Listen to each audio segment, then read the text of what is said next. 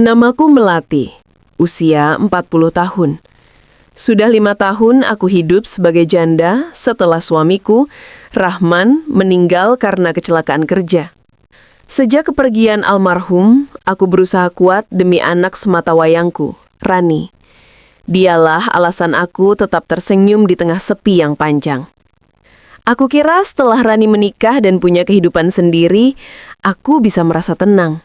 Tapi ternyata Tuhan punya rencana lain. Setelah Rani melahirkan anak pertamanya, ia dan suaminya, Arif, memutuskan tinggal bersamaku agar lebih mudah aku bantu mengurus bayi mereka. Awalnya aku merasa sangat bahagia. Rumah yang dulu sunyi kini kembali hangat.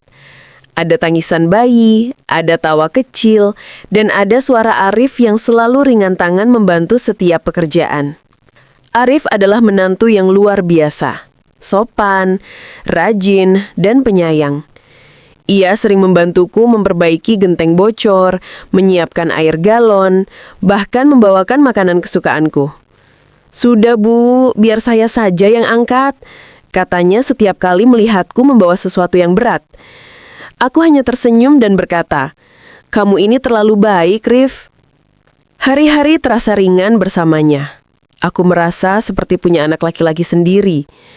Tapi entah sejak kapan, aku mulai menyadari ada sesuatu yang aneh di dalam hatiku.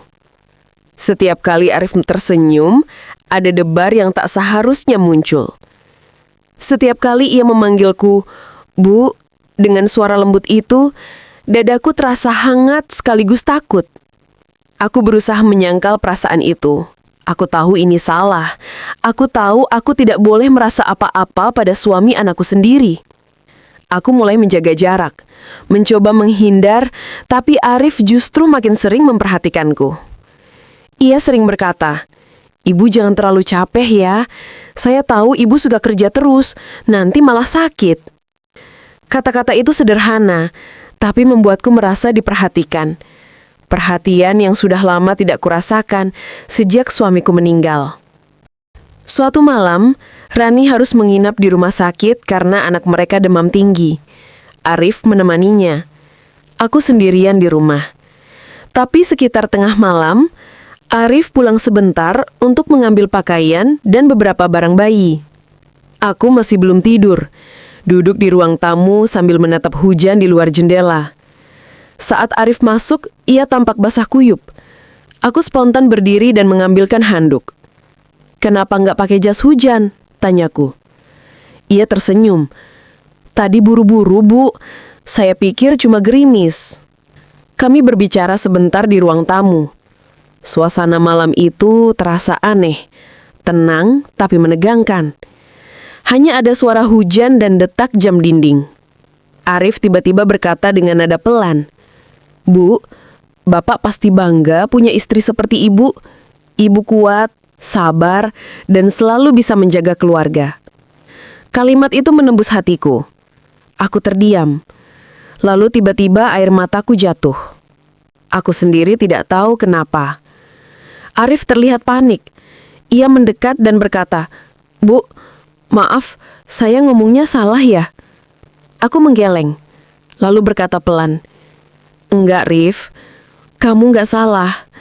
Aku aja yang terlalu lemah." Aku segera bangkit, menatapnya dengan mata berkaca-kaca, lalu berkata lirih, "Jangan terlalu baik padaku, Rif. Aku takut hatiku salah arah." Arif terdiam, matanya menunduk. Ia hanya mengangguk, lalu pamit pergi kembali ke rumah sakit. Malam itu aku menangis lama sekali. Aku merasa malu pada diriku sendiri.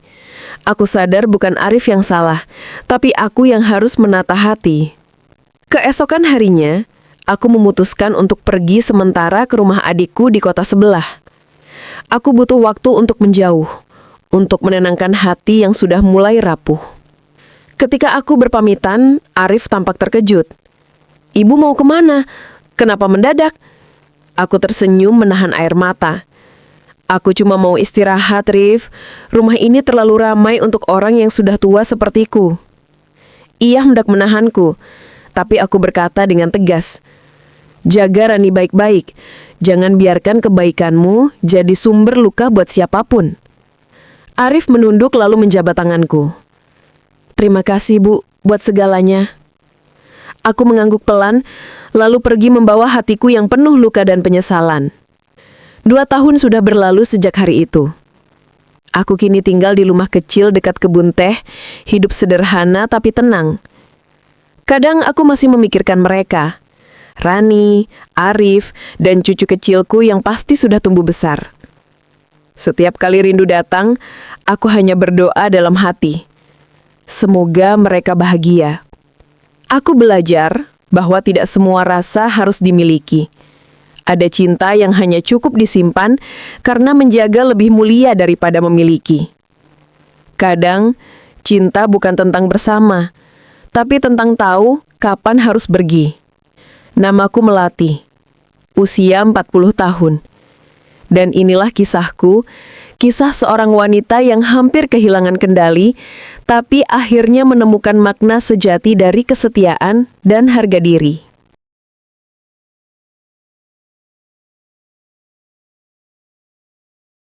Namaku Melati, usia 40 tahun. Sudah 5 tahun aku hidup sebagai janda setelah suamiku, Rahman, meninggal karena kecelakaan kerja. Sejak kepergian almarhum, aku berusaha kuat demi anak sematawayangku, Rani. Dialah alasan aku tetap tersenyum di tengah sepi yang panjang. Aku kira setelah Rani menikah dan punya kehidupan sendiri, aku bisa merasa tenang. Tapi ternyata Tuhan punya rencana lain.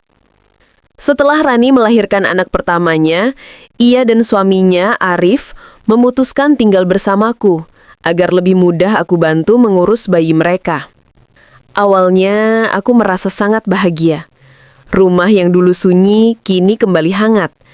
Ada tangisan bayi, ada tawa kecil, dan ada suara Arif yang selalu ringan tangan membantu setiap pekerjaan. Arif adalah menantu yang luar biasa, sopan, rajin, dan penyayang. Ia sering membantuku memperbaiki genteng bocor, menyiapkan air galon, bahkan membawakan makanan kesukaanku. Sudah, Bu, biar saya saja yang angkat, katanya setiap kali melihatku membawa sesuatu yang berat.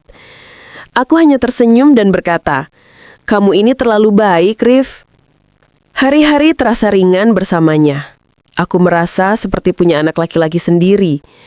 Tapi entah sejak kapan, aku mulai menyadari ada sesuatu yang aneh di dalam hatiku. Setiap kali Arif tersenyum, ada debar yang tak seharusnya muncul. Setiap kali ia memanggilku, "Bu," dengan suara lembut itu, dadaku terasa hangat sekaligus takut. Aku berusaha menyangkal perasaan itu. Aku tahu ini salah. Aku tahu aku tidak boleh merasa apa-apa pada suami anakku sendiri.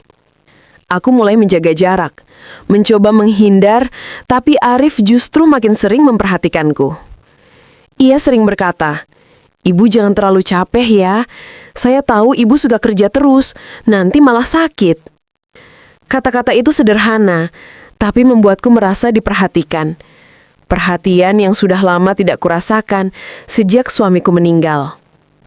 Suatu malam, Rani harus menginap di rumah sakit karena anak mereka demam tinggi. Arif menemaninya. Aku sendirian di rumah. Tapi sekitar tengah malam, Arif pulang sebentar untuk mengambil pakaian dan beberapa barang bayi. Aku masih belum tidur, duduk di ruang tamu sambil menatap hujan di luar jendela. Saat Arif masuk, ia tampak basah kuyup. Aku spontan berdiri dan mengambilkan handuk. "Kenapa nggak pakai jas hujan?" tanyaku. Ia tersenyum. "Tadi buru-buru, Bu. Saya pikir cuma gerimis." Kami berbicara sebentar di ruang tamu. Suasana malam itu terasa aneh, tenang tapi menegangkan. Hanya ada suara hujan dan detak jam dinding. Arif tiba-tiba berkata dengan nada pelan, "Bu, Bapak pasti bangga punya istri seperti Ibu. Ibu kuat, sabar, dan selalu bisa menjaga keluarga." Kalimat itu menembus hatiku. Aku terdiam. Lalu tiba-tiba air mataku jatuh. Aku sendiri tidak tahu kenapa. Arif terlihat panik.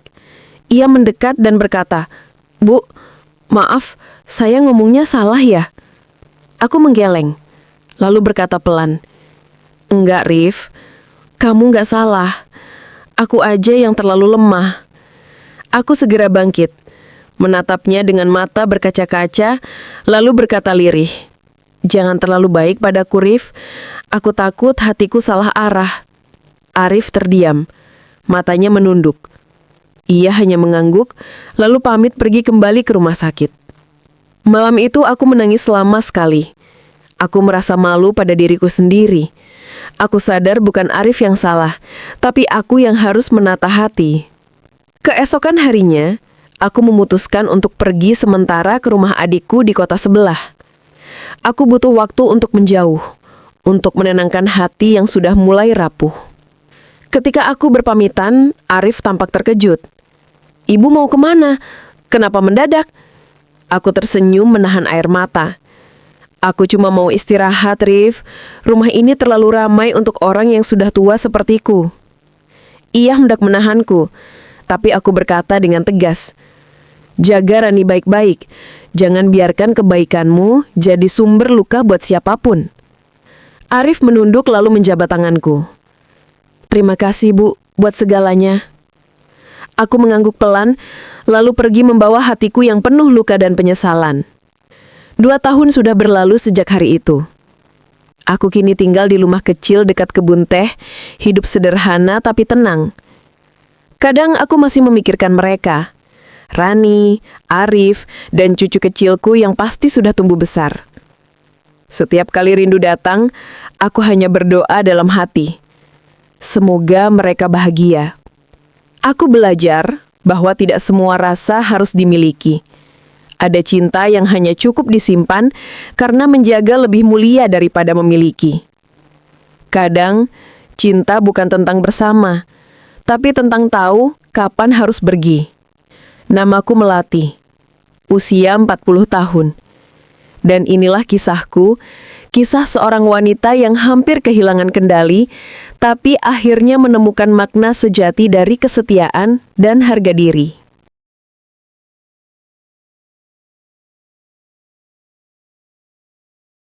Namaku Melati, usia 40 tahun. Sudah 5 tahun aku hidup sebagai janda setelah suamiku, Rahman, meninggal karena kecelakaan kerja. Sejak kepergian almarhum, aku berusaha kuat demi anak sematawayangku, Rani. Dialah alasan aku tetap tersenyum di tengah sepi yang panjang. Aku kira setelah Rani menikah dan punya kehidupan sendiri, aku bisa merasa tenang. Tapi ternyata Tuhan punya rencana lain. Setelah Rani melahirkan anak pertamanya, ia dan suaminya, Arif, memutuskan tinggal bersamaku, agar lebih mudah aku bantu mengurus bayi mereka. Awalnya, aku merasa sangat bahagia. Rumah yang dulu sunyi, kini kembali hangat. Ada tangisan bayi, ada tawa kecil, dan ada suara Arif yang selalu ringan tangan membantu setiap pekerjaan. Arif adalah menantu yang luar biasa, sopan, rajin, dan penyayang. Ia sering membantuku memperbaiki genteng bocor, menyiapkan air galon, bahkan membawakan makanan kesukaanku. "Sudah, Bu, biar saya saja yang angkat," katanya setiap kali melihatku membawa sesuatu yang berat. Aku hanya tersenyum dan berkata, "Kamu ini terlalu baik, Rif." Hari-hari terasa ringan bersamanya. Aku merasa seperti punya anak laki-laki sendiri. Tapi entah sejak kapan, aku mulai menyadari ada sesuatu yang aneh di dalam hatiku. Setiap kali Arif tersenyum, ada debar yang tak seharusnya muncul. Setiap kali ia memanggilku, "Bu," dengan suara lembut itu, dadaku terasa hangat sekaligus takut. Aku berusaha menyangkal perasaan itu. Aku tahu ini salah. Aku tahu aku tidak boleh merasa apa-apa pada suami anakku sendiri. Aku mulai menjaga jarak, mencoba menghindar, tapi Arif justru makin sering memperhatikanku. Ia sering berkata, "Ibu jangan terlalu capek ya. Saya tahu ibu suka kerja terus, nanti malah sakit." Kata-kata itu sederhana, tapi membuatku merasa diperhatikan. Perhatian yang sudah lama tidak kurasakan sejak suamiku meninggal. Suatu malam, Rani harus menginap di rumah sakit karena anak mereka demam tinggi. Arif menemaninya. Aku sendirian di rumah. Tapi sekitar tengah malam, Arif pulang sebentar untuk mengambil pakaian dan beberapa barang bayi. Aku masih belum tidur, duduk di ruang tamu sambil menatap hujan di luar jendela. Saat Arif masuk, ia tampak basah kuyup. Aku spontan berdiri dan mengambilkan handuk. "Kenapa nggak pakai jas hujan?" tanyaku. Ia tersenyum. "Tadi buru-buru, Bu. Saya pikir cuma gerimis." Kami berbicara sebentar di ruang tamu. Suasana malam itu terasa aneh, tenang tapi menegangkan. Hanya ada suara hujan dan detak jam dinding. Arif tiba-tiba berkata dengan nada pelan, "Bu, Bapak pasti bangga punya istri seperti Ibu. Ibu kuat, sabar, dan selalu bisa menjaga keluarga." Kalimat itu menembus hatiku. Aku terdiam. Lalu tiba-tiba air mataku jatuh. Aku sendiri tidak tahu kenapa. Arif terlihat panik. Ia mendekat dan berkata, "Bu, maaf, saya ngomongnya salah ya?" Aku menggeleng, lalu berkata pelan, "Enggak, Rif. Kamu nggak salah. Aku aja yang terlalu lemah." Aku segera bangkit, menatapnya dengan mata berkaca-kaca, lalu berkata lirih, "Jangan terlalu baik padaku, Rif. Aku takut hatiku salah arah." Arif terdiam, matanya menunduk. Ia hanya mengangguk, lalu pamit pergi kembali ke rumah sakit. Malam itu aku menangis lama sekali. Aku merasa malu pada diriku sendiri. Aku sadar bukan Arif yang salah, tapi aku yang harus menata hati. Keesokan harinya, aku memutuskan untuk pergi sementara ke rumah adikku di kota sebelah. Aku butuh waktu untuk menjauh, untuk menenangkan hati yang sudah mulai rapuh. Ketika aku berpamitan, Arif tampak terkejut. "Ibu mau kemana? Kenapa mendadak?" Aku tersenyum menahan air mata. "Aku cuma mau istirahat, Rif. Rumah ini terlalu ramai untuk orang yang sudah tua sepertiku." Ia hendak menahanku, tapi aku berkata dengan tegas, "Jaga Rani baik-baik. Jangan biarkan kebaikanmu jadi sumber luka buat siapapun." Arif menunduk lalu menjabat tanganku. "Terima kasih, Bu, buat segalanya." Aku mengangguk pelan, lalu pergi membawa hatiku yang penuh luka dan penyesalan. 2 tahun sudah berlalu sejak hari itu. Aku kini tinggal di rumah kecil dekat kebun teh, hidup sederhana tapi tenang. Kadang aku masih memikirkan mereka, Rani, Arif, dan cucu kecilku yang pasti sudah tumbuh besar. Setiap kali rindu datang, aku hanya berdoa dalam hati. Semoga mereka bahagia. Aku belajar bahwa tidak semua rasa harus dimiliki. Ada cinta yang hanya cukup disimpan karena menjaga lebih mulia daripada memiliki. Kadang, cinta bukan tentang bersama, tapi tentang tahu kapan harus pergi. Namaku Melati, usia 40 tahun. Dan inilah kisahku, kisah seorang wanita yang hampir kehilangan kendali, tapi akhirnya menemukan makna sejati dari kesetiaan dan harga diri.